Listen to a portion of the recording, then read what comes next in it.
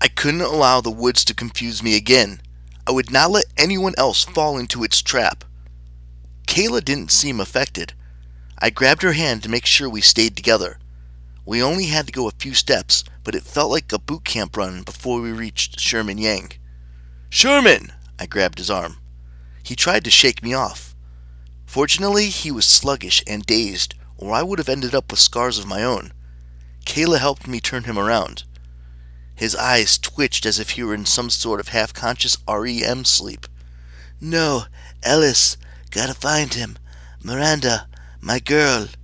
I glanced at Kayla for explanation. "Ellis is from the Aries camp," she said.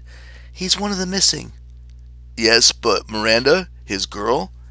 "Sherman and he started dating about a week ago." "Ah." Sherman struggled to free himself. "Find her." "Miranda's right over there, my friend," I lied. "We'll take you there." He stopped fighting.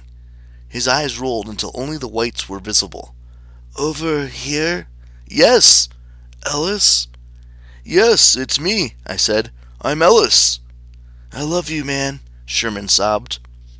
Still, it took all of our strength to lead him out of the trees. I remembered of the time that Hephaestus and I had tried to wrestle the god Hypnos back into bed after he sleepwalked into Artemis's private chambers on Mount Olympus. It was a wonder any of us escaped without silver arrows pincushioning our posteriors. We led Sherman to the archery range. Between one step and the next, he blinked his eyes and became his normal self. He noticed our hands on his arms and shook us off. "What is this?" he demanded.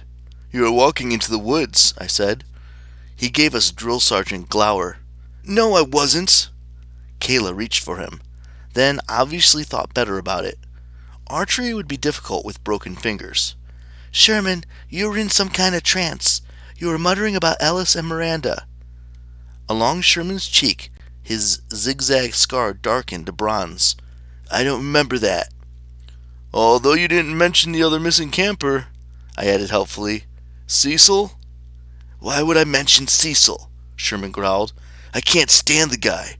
And why should I believe you?" "The woods had you," I said. "The trees were pulling you in." Sherman studied the forest, but the trees looked normal again. The lengthening shadows and swaying green hands were gone. "Look," Sherman said, "I have a head injury, thanks to your annoying friend Meg. If I was acting strange, that's why." Kayla frowned. "But—" "Enough!" Sherman snapped. "If either of you mention this, I'll make you eat your quivers. I don't need people questioning my self-control.